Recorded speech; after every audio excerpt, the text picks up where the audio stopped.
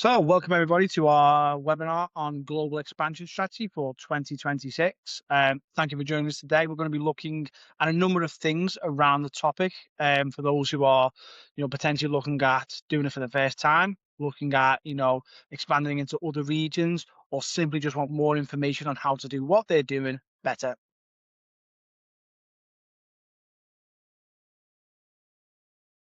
So, introduce myself first. So, I'm John Darcy. I'm the head of marketing at Briars. My background, I've worked in marketing for nearly kind of 12, 13 years now. Obviously, kind of my role at Briars is, leading our internal marketing function, and also kind of supporting businesses across their kind of global expansion journey, whether that is looking to scale in domestic markets or looking to expand into kind of new territories and new regions.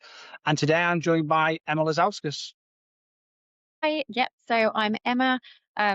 Great to be on this webinar. I am Client Solutions Director at Brise. I've been with Brise for coming up 15 years this year. I have supported thousands of clients on their growth journey as they enter into new markets, but also helping them think through the complexities as they sort of scale in their local jurisdictions as well. Looking forward to talking through all of these areas in terms of global expansion strategy. Brilliant. So I think just in terms of kind of setting the scene for obviously the viewers, I think obviously this is something that kind of for us, Emma, particularly yourself, who's almost kind of on the front face with the kind of clients and partners every day. But when kind of a lot of businesses set out at the kind of start of the year, it's very much they've got objectives and kind of a to-do list almost. And quite often, especially now, the kind of topic of global expansion pretty much features high up on that list. We have a number of conversations every day. And I thought it was really kind of worthwhile to sit down, particularly with your kind of background, your experience, to almost unpick really, and regardless of whatever level you are, whatever kind of years of experience you have within the kind of space of expanding into new territories. We thought it was worth kind of running through a little bit of a kind of detail in terms of what the landscape looks like for kind of this year. I mean, again, unless you kind of been living under a rock, it tends to change quite a bit, particularly at the moment with a lot of stuff going on, both kind of from an opportunistic point of view. There's a lot there. We're going to be speaking about kind of why more businesses are looking to go international, and then kind of getting into almost the meat of it really in terms of the actual practicalities of where to grow, how to scale, kind of what to watch, those kind of risks and regulations, which often stop a lot of people kind of making that move. And then more importantly, kind of looking at those lessons and real world examples of, for us, we've kind of been there, seen there and done it in terms of for the last 30 years, helping over 3,000 kind of clients kind of make that move. But obviously for us, again, it's our bread and butter, but for a lot of people on this, it may not be the case. So again, looking to kind of share some of that knowledge and particularly from kind of Emma's part, kind of unpack some of their brain and kind of share that advice.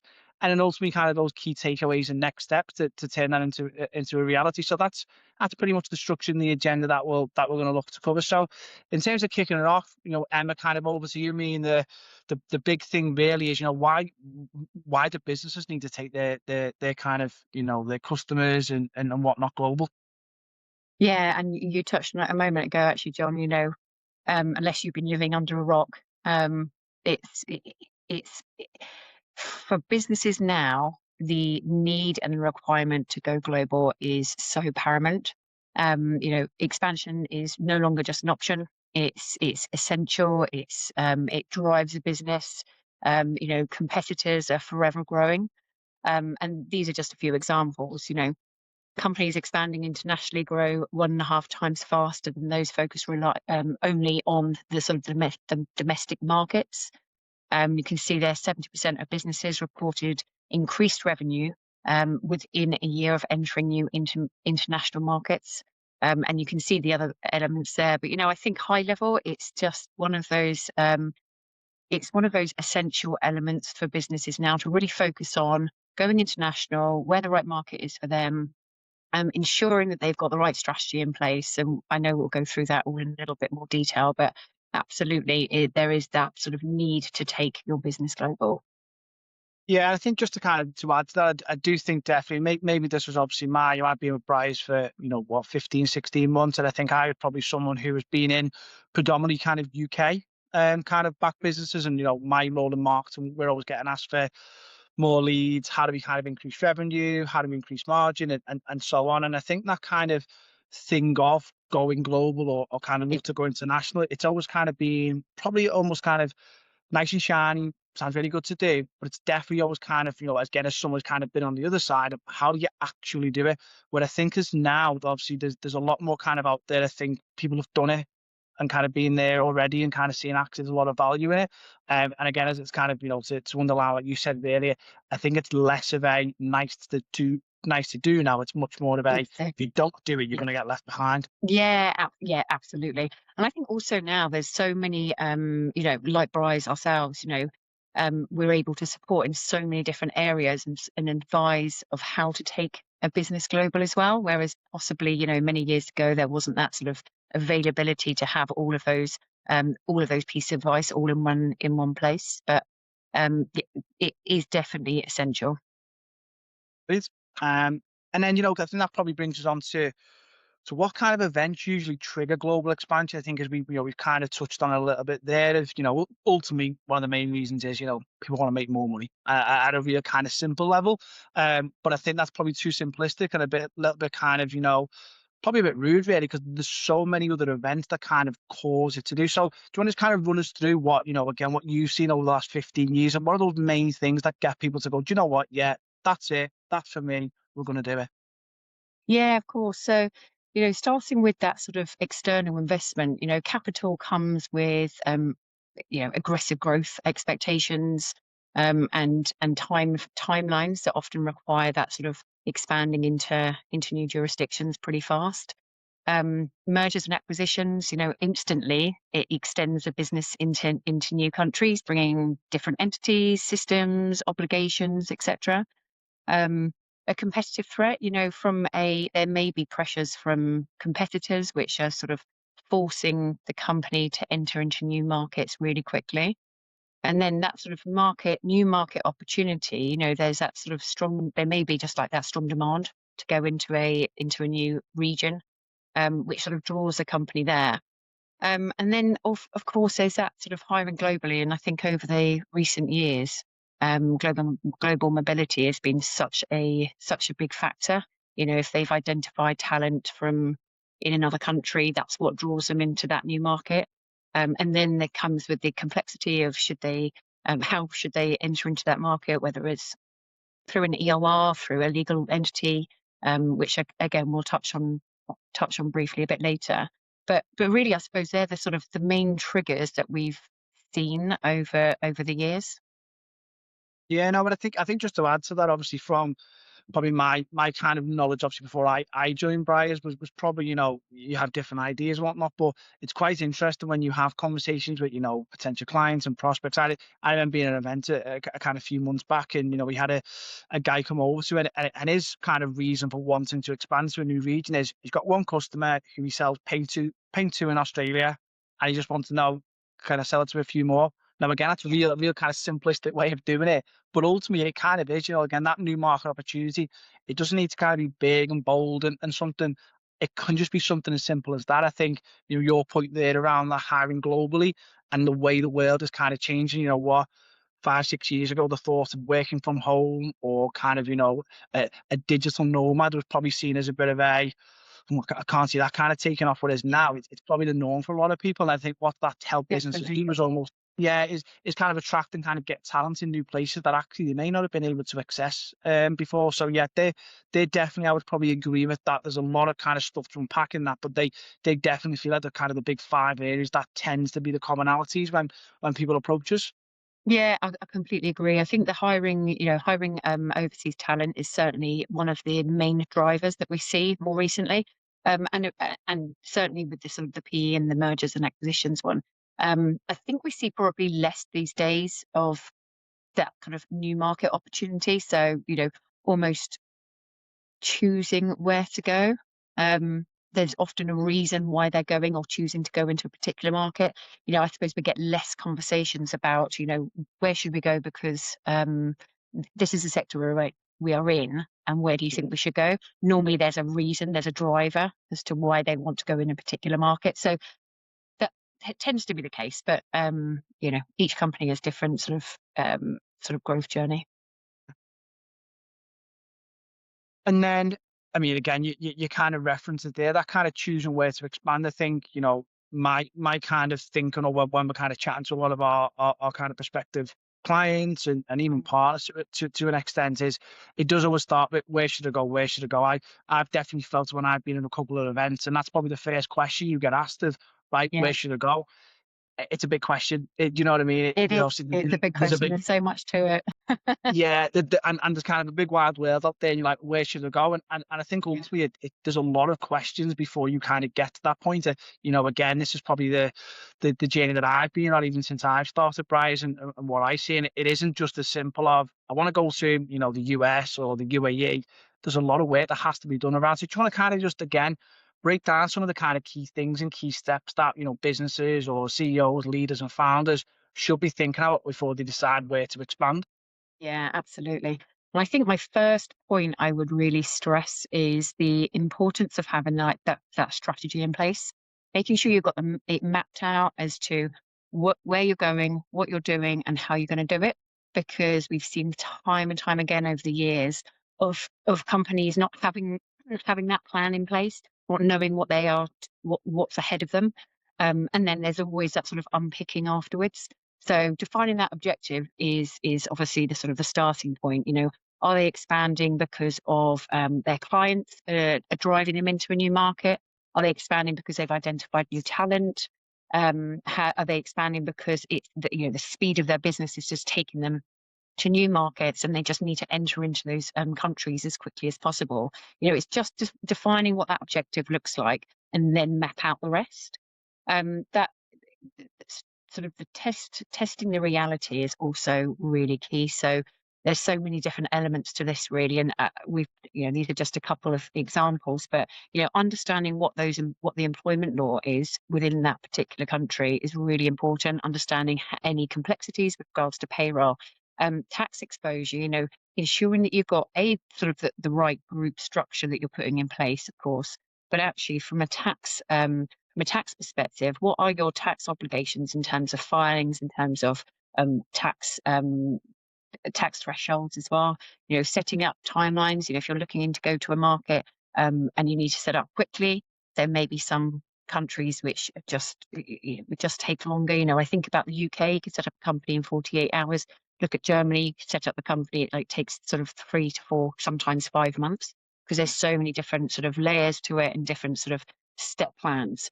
Um, and then, of course, sort of check whether or not that is the only element. So you think about everything that I just went through, but also what the benefits are for the employees. What's the sort of ongoing admin, what policies you need, handbooks you need. There's all these sort of nice to have, what seem to be nice to have, but actually, once you're in the country, you've set up your PE, and then you understand the compliance obligations. There's then a whole new layer of different elements that need to be thought about as well. So again, it sort of just comes back to that strategy point.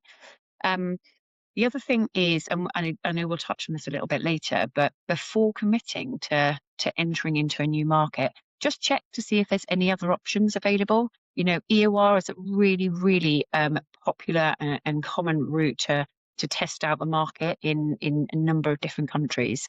And that just allows the company to test the water, see whether or not that's the right market for them. No compliance obligations. They can go in, they can go out really, really quickly. And it stops any sort of permanent establishment obligation and setup from the outset. And then once they're absolutely committed and agree that that is the right market for them, then it's really easy just to move straight into that permanent establishment. You can just move those employees across. You've already then got identified the talent as well, so it's a really good stepping stone. Yeah, and Oh, sorry. no, and I think with that kind of test element's really important. I think we see it a lot where the idea of kind of expanding into a new region is exciting. We work with a lot of people every day who get really kind of giddy, for want of a better term, but sometimes actually just taking that almost that little bit more time, that little bit of kind of stress testing. It's a big thing, and it's hard trying to find that balance, particularly as you mentioned there. Some of the timing elements purely just because it's not a one size fits all. It can be very different. Again, as you just touched on there, the UK to Germany is so different. And I think it's hard sometimes, isn't it, for kind of people to come in and understand that. But that testing element's really key because otherwise, if again, you've obviously seen a lot more than I have over the 15 years, but your businesses come in actually sometimes untangling it takes just as long as if they kind of tested a little bit better and almost kind of entered the market beforehand. So that's a really big thing, which I think I've definitely picked up over the last, since my time at Briars of seeing where people have just gone wrong, come to us and thought, I kind of wish it had just took me time a little bit more on that. That's it. Yeah, I completely agree. And then the last thing I was going to mention is what we often find with clients is that they they they focus on the immediate future, that what's important to them over the next sort of 12 months. But actually having that strategic plan in place, so that sort of like 3 to 5 year, the 3 to 5 year plan is really, really important. Are they expanding from a lifestyle perspective? Are they expanding because they're wanting to exit? Are they thinking about M&A in the future? Those types of things as well. So bringing that back into that strategic review and planning perspective is really, really important because that will also sort of depend. It will also help shape how that sort of growth journey looks. Yeah. No, definitely. And I think it's again, hopefully kind of what comes across is it isn't just a case of almost kind of getting out a map or a globe and kind of putting a pin in it. There's a lot more kind of thinking that goes Yeah. beforehand. So yeah, some really kind of good practical steps there that I think, for kind of anyone, whether or not it's first time or whether it's kind of already in market, really kind of good takeaways there. So I think in terms of where, again, to kind of touch on the points, the point around where is still kind of key. As you touched on there, Emma, it's so different, even from Germany to the UK. But I think what we see a lot of is that kind of typical first move. So the ones who probably there's a bit more kind of trepidation, they're not sure, they've never done it before, they tend to kind of fall within these markets, and that's not everyone. But we do the kind of transatlantic kind of expansion is probably something that is our bread and butter, is our kind of big areas, that kind of UK to US. US to UK, I think we've seen it, was it middle of last year with the kind of really big trade deal. I think when kind of Trump, visited the UK, again, why? The language is a big thing. The kind of, the political relationship, it's kind of an obvious one. And I think we definitely see more UK to US businesses, UK to US as being a big one. But again, from a kind of a culture perspective, Canada and Australia definitely features kind of part of that too, just because it's, again, same language, same culture. I think the regulations are a bit more predictable in kind of some of these kind of your big kind of G7 countries and G8 countries and whatnot. I think it's a lot more established there. And again, that kind of easier access to professional service. And I think the big one that I'd probably say stops people from making that first move is the risk. I Yeah. think people are thinking, I don't know what to do. And ultimately it's by kind of choosing these locations, it just takes a little bit of pressure away. It's a bit more familiar, and it's not a complete, like, again, you're a UK business looking to go over to Asia. It's a big step from a distance perspective and a culture. So we definitely find that these are the ones that are quite often the kind of first steps in what people do. Anything kind of you would add that you've seen from your perspective there, Emma? Yeah, no, I agree with all your points there, actually, John. And I think it's interesting you picked out on sort of Australia and Canada, because actually, from Australia's perspective, really stable, sort of low risk in terms of sort of the economy. And, that it has such a strategic base for that sort of like APAC expansion piece as well. And the same as sort of like Canada, really, really business friendly, transparent in terms of sort of regulatory sort of environment. Um, and again, for us, based from a Canada perspective, it's the access to the US market as well. So, yeah, no, I completely agree with your points there. Yeah, and I think, I know we've kind of touched on there as kind of being the obvious ones from a culture perspective, but there is still quirks and little kind of features which we'll touch on later in terms of why sometimes the culture, it isn't just, again, I'm going to the US, they speak English, or Australia or Canada, kind of let's crack on. Actually, there's Yeah, this kind of quirks and whatnot, both from a kind of business culture, from our regulations and whatnot. So yeah, still definitely kind of bear that in mind is yes, there is obviously a lot less risk, but there is still kind of education and research kind of needed on that. Yeah, agreed. And then in terms of kind of the emerging markets, really, I think that this is probably something that we're, again, I've kind of picked a couple off that list that we're definitely having more conversations with, because I think businesses now are probably a lot more savvy from a, again, as we kind of touched on, we went back probably say 10 years ago, you probably the US's, Canada, Australia were probably the obvious ones. Some of the ones in here are probably roads less traveled. And I think, but at the same time, there's probably a little bit more upside in terms of the cost efficiencies around it. And, you're seeing particularly now, we're seeing a lot in kind of Southeast Asia, Vietnam, Indonesia, Philippines, Malaysia, kind of those types of places. Actually, some of the talent over there is particularly for the cost of it, is really, really skilled kind of workers. And I think a lot of businesses now, particularly, that point you touched on before around hiring globally, there's a lot more schemes available that's able to make that possible. So actually, yes, you may be a business who is sat in Manchester in the UK or Boston in the US, but actually your kind of hiring talent pool isn't 15, 20, 30 miles down the road. It's a couple of thousand. Yeah, I completely agree with that. I think, Yeah. yeah, touching on that sort of Southeast Asia point, it's really moving from what we see. It's really moving up that sort of value chain, and this very similar with sort of South Africa as well. We see that we're having conversations about companies expanding to South Africa. Talent is brilliant. It's almost sort of even though in sort of in early stage growth in one way, it's actually really, really fast expanding as well. So it's sort of a bit of both. But Yeah. yeah, I agree with this. And Europe, Poland and Romania, it's interesting that we've sort of, just touching on those ones specifically, is that even though we've seen companies expanding into these countries for many, many years, they are certainly coming up so much more. Um, and again, it's just that they're, rising incomes. It's sort of the, it's almost sort of that deepening of the integrations with the sort of the EU supply chains as well. So yeah, there's a lot to it.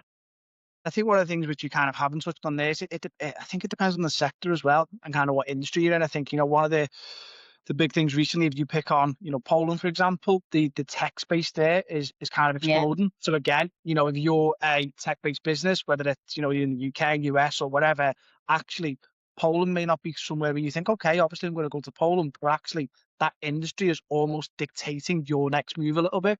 yeah, And same from a UAE perspective there, without kind of stating the obvious, that's probably, I would say, out of any on that list, the kind of one that is, I would say, the most popular at the moment. We're seeing, the construction and the kind of property industry, where I'll kind of, again, stating the obvious, if you're in that space, that's probably one where you think, well, actually, that's obviously much more valuable than kind of maybe some of the others. So yes, it is cost efficiencies, but there's definitely an element of sector or industry which will dictate it. So these are the ones that are almost kind of not quite the new kids off the block, but ones that will definitely start to come up much more in the, now and in the next couple of years. yeah, agreed. But just the last one just to touch on there is obviously the UAE, increasing number of new companies are setting up in the UAE. They've got a really, really heavy government investment, which is sort of driving that development. So that's definitely sort of one to watch. And then I think that kind of brings us on to, you've kind of decided where you're going and kind of why you're going there. But this is kind of, how do you do it? So, again, you touched on it. There's a number of different ways from a market entry and a hiring perspective. So you just want to kind of run us down. What are the most common ways? Who do they fit best for, and so on. Yeah, of course. So, of course, there is that sort of local entity set up, which is a registered legal entity in the sort of in the local territory, of course. Um, as I mentioned earlier, you've got to be absolutely sure and committed that that's the sort of long-term growth journey for your business. Because, as I said, you just use that example of UK and Germany. If you're, looking to set up in Germany, it can take sort of 3 to 4 months to set up. And also to shut down a company in Germany, it can take over a year, sometimes 2 years to close a company. So you've got to be really, really committed to that. The non-resident employer registration. Now, this is where a foreign employer registers for payroll in a particular country. It's not always recognised in some countries, so it's really important to ensure that you do the research to make sure it is compliant. But it's really is best for the sort of slightly smaller teams. And as I said, it is the foreign-owned company registers for payroll with the tax authorities, and then runs the payroll in that country. The EOR, which is the employer of record route, as I sort of touched on before, this is really, really good for that sort of stepping stone, that testing the market, um, seeing whether or not, that's A, the right market for you, B, do you want to grow the team there? If you've got a client that's sort of driving you into that market, just being able to test it out without having that huge, heavy sort of compliance burden is it's key sometimes. You can go into that market really, really quickly with EOR, sometimes being able to set up within a couple of weeks as well. Really low risk for the client, for the company, because that employer of records would hold all of that responsibility in terms of employment, in terms of PE, etc. Um, and then you've got the PEO, which is the professional employer organisation. This is very much a co-employment model, which is best, of course, for businesses where they've got an existing entity, but they sort of want to outsource part of it, sort of the admin part of it. And then you've got the agent of record. So this is really best for sort of short-term projects. It's a sort of a local agency engages contractors on your behalf, but it's very much focused on that sort of flexible workforce. And as I said, sort of very much sort of short-term projects. Okay, So so that so yeah, the only thing I would sort of sorry, John, the only other thing I would mention there is that these are sort of like high level ways of sort of going into markets. Each market does have potential other options as well. There is a sort of a branch option in some cases. So, high level, these are definitely the sort of the main options, but they're always going to be little, different sort of alternatives in some markets. Yeah, and I think that was kind of what I was looking to add then in terms of probably the big takeaway from that is there's options. I think Yeah, that's it. when we kind of yeah, when we said to the first kind of part of this chat was sometimes like where do you start? But actually, Yeah. again they're your kind of most common ways. But you probably go 5, 6, 7, 8. There's a hell of a lot more that you can kind of look at. The ultimate thing is it's about kind of taking that first step and figuring out what kind of suits you best. Again, Hmm. there's probably a bit of a misconception around the EOR is kind of the only way, but actually, as you said there's a host of options. It really just does depend on kind of appetite setup and whatnot. So in terms of, again, without kind of, bringing the mood down a little bit, the risks and the kind of pitfalls, the one that, I think probably stops people from kind of going to that next step is, yes, I want to do it. I can see there's opportunity there, but there's kind of risk if I get them wrong. What will it kind of mean for kind of my business? And I think again you'll be able to kind of touch on what you see. And there's definitely a balance, isn't it, between we get a lot of inquiries and do a lot of work with people who are first time kind of expansions, people who've done it before looking to go to a new region. But a lot of our kind of business also goes from people who've done it and got it wrong. Yeah. Um, Just about to say that as well. yeah, Yeah. and are probably still almost paying the both kind of mentally, physically, and kind of financially paying the kind of repercussions around that. So do you want to kind of just touch on on a couple of these in terms of what are the Yeah. big ones that you think we need to kind of watch out and almost rather do your research or kind of think about it before you kind of jump in with both feet? Yeah, and I think really, all of them are really all as just as important as each other. But if I just sort of pick out a couple, that permanent establishment risk, we see that actually time and time again. So I know I sort of touched on it before, but um, where and this is we have conversations with clients quite often as they enter into a new market. That permanent establishment risk is really valid, and then also as they've already entered into a market but haven't got the right entity structure, that's the problem. That's what the bit that we then sort of unpicking. So it's we see it in both from both sides, but the going into a new market without having that right structure in place if you are triggering a permanent establishment, can have huge penalties, huge fines. And it's, that's again, it sort of goes back to that point about stressing how important it is to get that strategy in place, making sure that you've got the right setup if you are triggering already a permanent establishment. Quite often there may be a case that, as an example of that, there may be a case that you identify talent, so you found somebody, a salesperson in a particular country, he's there negotiating deals, he's really generating revenue for the company, but actually there's no EOR in place, there's no entity in place, that person is there and he's almost triggering a permanent establishment. It's really then important to get the right structure in place and hire him compliantly. The other one is along the same lines, actually, the IC classification. So this we see again about in two ways. It's either clients that have already engaged flexible workforce and they haven't actually taken the time to review how they're engaging that flexible workforce. They think it's just a contractor relationship, but actually, it actually would be deemed that they are employees rather than contractors.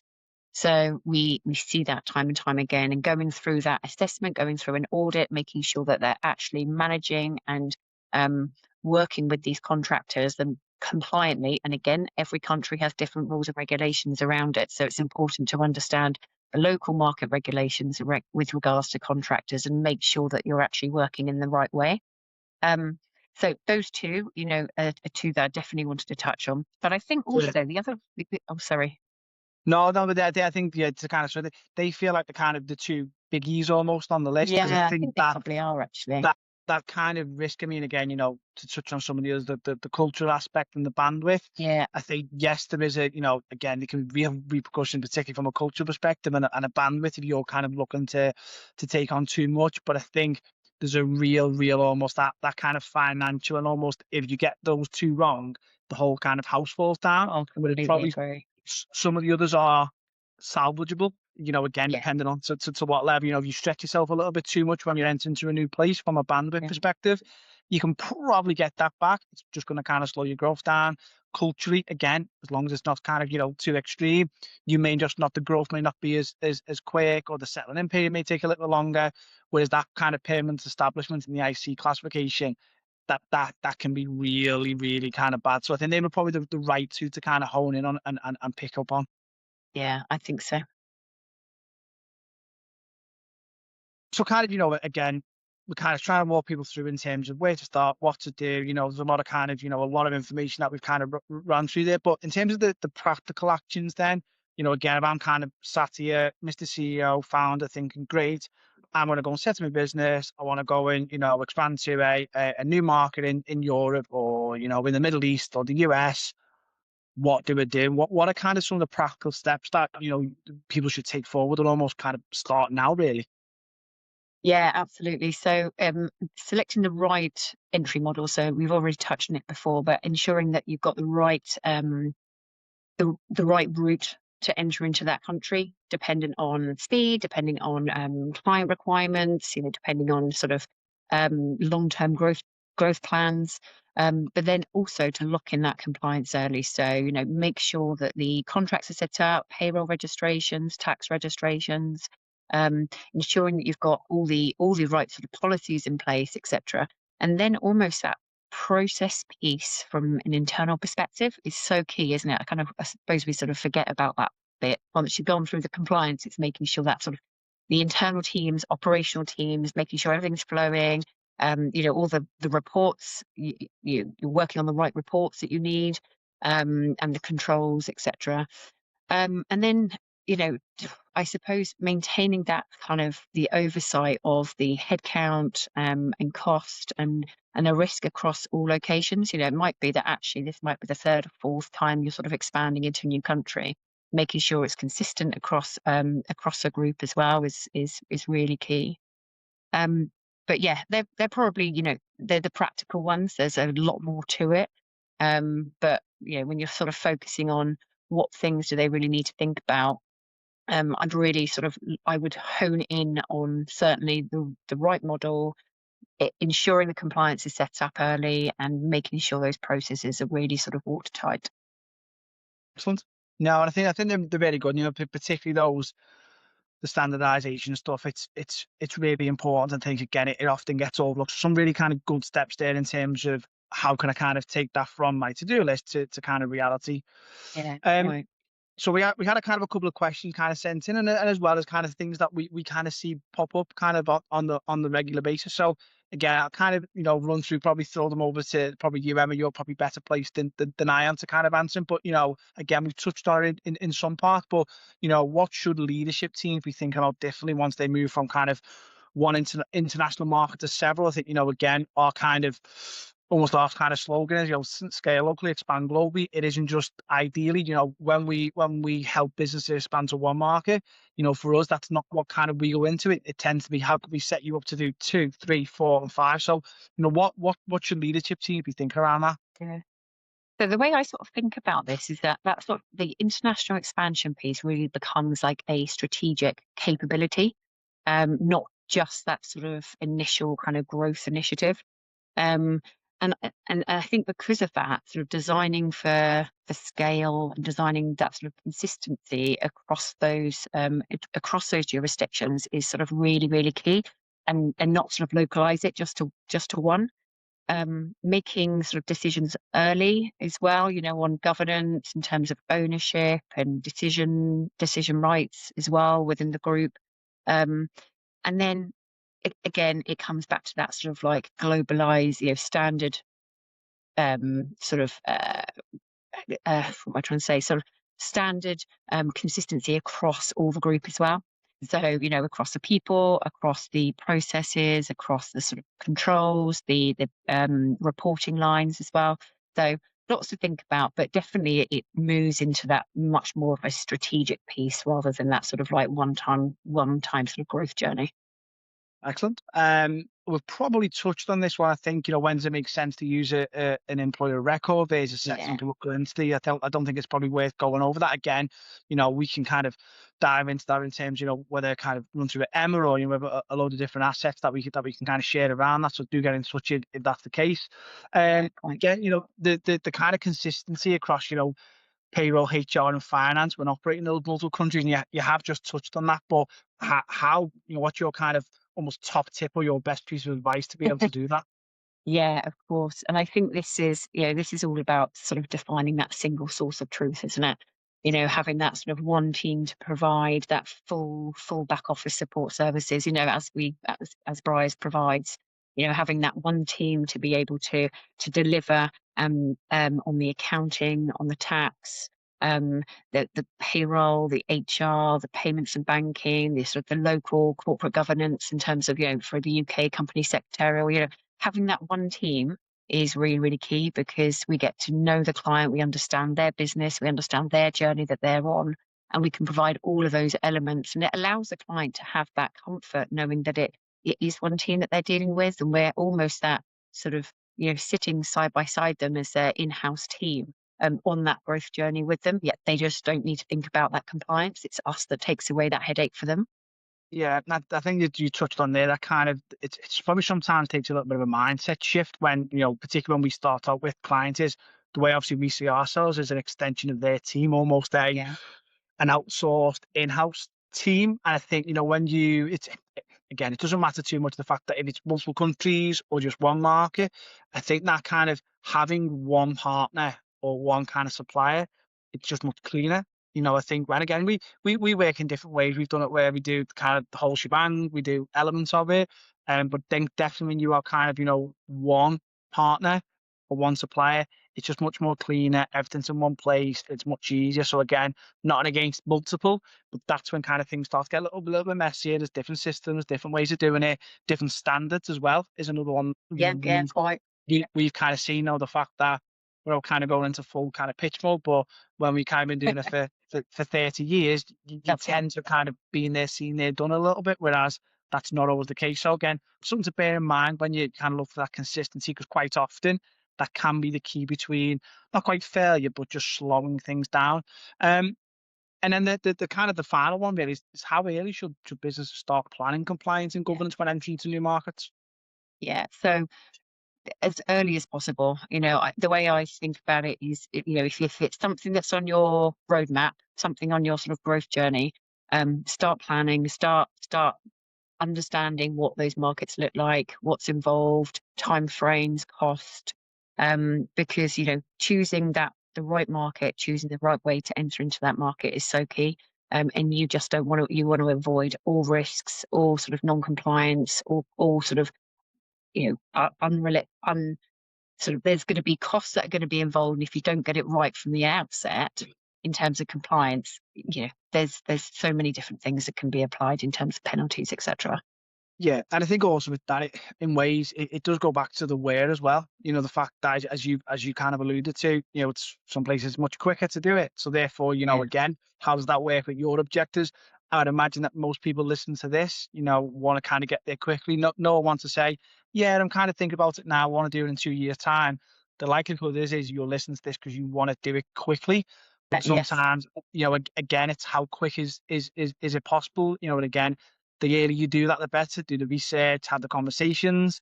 That just means then when you kind of looking to, you're ready to go live, you're fully looking to hit the market, Yeah. you're Right. already ready to go rather than almost kind of stumbling over your feet on kind of day one.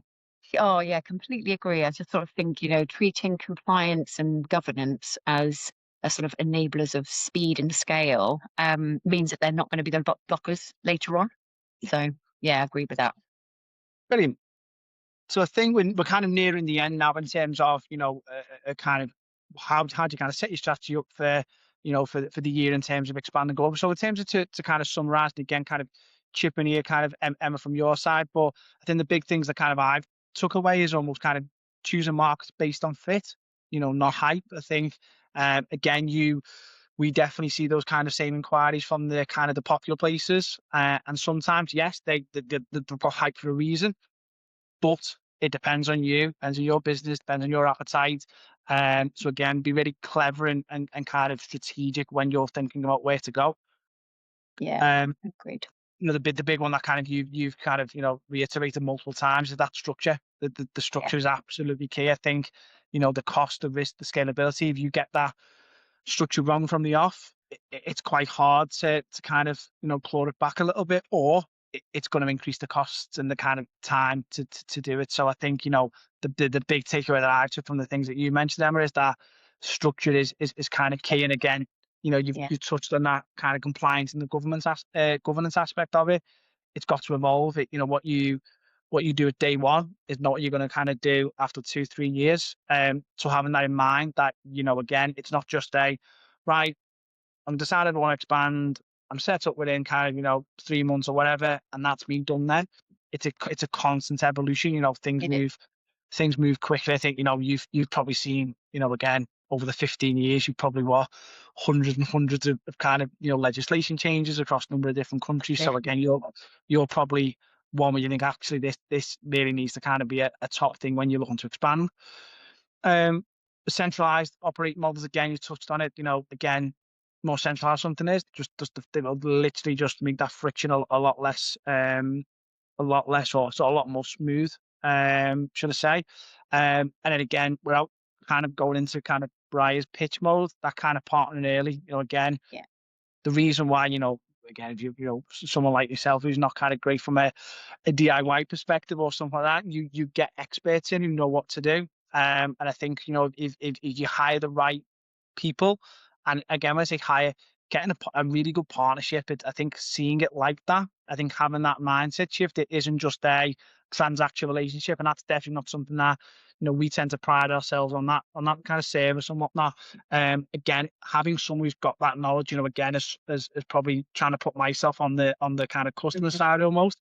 For yourself, I mean, you've been here for, at Bryce for 15, 16 years. You will pretty much know the do's and don'ts to do. And I think that's a big thing of choosing the right partner from the off. Yeah, I completely agree. And you really touched on a good point there, actually, about the partnership piece. For Briars, as you know, John, but we are we like to position ourselves very much as a strategic partner, not as a service provider. So, as I mentioned, we want to understand the business, understand the growth journey, almost as if we are sort of sitting side by side the client, day to day, being able to run that full sort of back office professional services. with them just focusing on the growth of their business. And that's very much how we like to position ourselves, because it just means that we're on that growth journey with them. And as they go into new markets, again, we sort of come back to that strategic mapping, working through why they're going there and what they need to do. So it just means that we're continuously evolving as with them as the clients grow. No, I think that probably segues us into our kind of final kind of slide or two, really, in terms of, ultimately how can kind of buyers help? I think, for us, our appetite is that the more businesses that expand, from the domestic market and globally, the better. Ideally, you kind of do that with kind of buyer support, but we're really passionate about enabling businesses to do that. And kind of one of the things that we kind of look to do with kind of new prospective kind of clients is almost a global readiness assessment. And again, without kind of going into too much kind of detail on that, but it's almost a comprehensive sense check before you kind of take the leap, almost avoiding some of those kind of mistakes or mishaps that people do from the off, so they're not overconfident when they move in, things are right. And again, you reassess a number of different things as kind of from product market fit, from your kind of legal and compliance, tax readiness, your kind of cultural brand and talent strategy. I think again we've got a team, both from UK, US, Europe, and kind of further afield that can really assess these depending on what market you're looking to go at, and then what you kind of get from that is almost a readiness scorecard. And I wouldn't kind of say hold that as again, if I've got, 1 out of 10, I'm not ready. Actually, you probably just need a bit more work and a bit more hand holding, but that allows kind of Emma and her team to do is assess that. Likewise, what are the key risks that suit your business? What are the recommendations that we do? It's not just a pick it off the shelf and kind of, here you go, here's your report. Actually, it's really kind of suited to you because quite often it's not a one size fits all in terms of kind of business. So anything to add there, Emma, or? No, I think the only thing I would add is that the piece about what we assess, they're all equally as important as each other. And so going through each of those elements, which is what obviously Briars can do, is so important. It also allows the teams internally to have the benefits of understanding the different elements as well. So so yeah, I agree with all of that. And it kind of just brings me back to that, reinforcing that point about, we want to be that sort of strategic partner. We want to be on the growth journey with our clients, assessing what all of those elements there and being able to provide that kind of roadmap for the client and that sort of strategic sort of growth journey piece for them. Yeah, is really key, ready for them as they sort of go into those new markets. Excellent. I think got one final slide, but I think, we've touched on a little bit in terms of how we can plan out, we can prepare for kind of global expansion. We offer a range of services there, entity setup, HR, accountants, banking, and kind of compliance. But I think ultimately, to kind of sum up and almost finish off, it really does depend on, you and your business. It's very much Yeah. not a off the shelf perspective, but hopefully I think, from what you've took from that is, first off, it's possible. It's not a, oh God, a big scary, thing on a to-do list that you're never going to get around to. There's so many options out there. There's so many kind of resources now. And I think ultimately there's, without kind of finishing a really kind of cheesy slogan, but there is a kind of world of opportunity out there. I think it's ultimately about making the right decision from the off. So yeah, appreciate it. Thanks very much for kind of listening. Obviously, again, if you want any advice, want to discuss with kind of your next steps and discuss your kind of situation, reach out to kind of myself, reach out to Emma, and then you once again, thanks for watching. Thank you very much. Brilliant. Thank you. Thank you very much.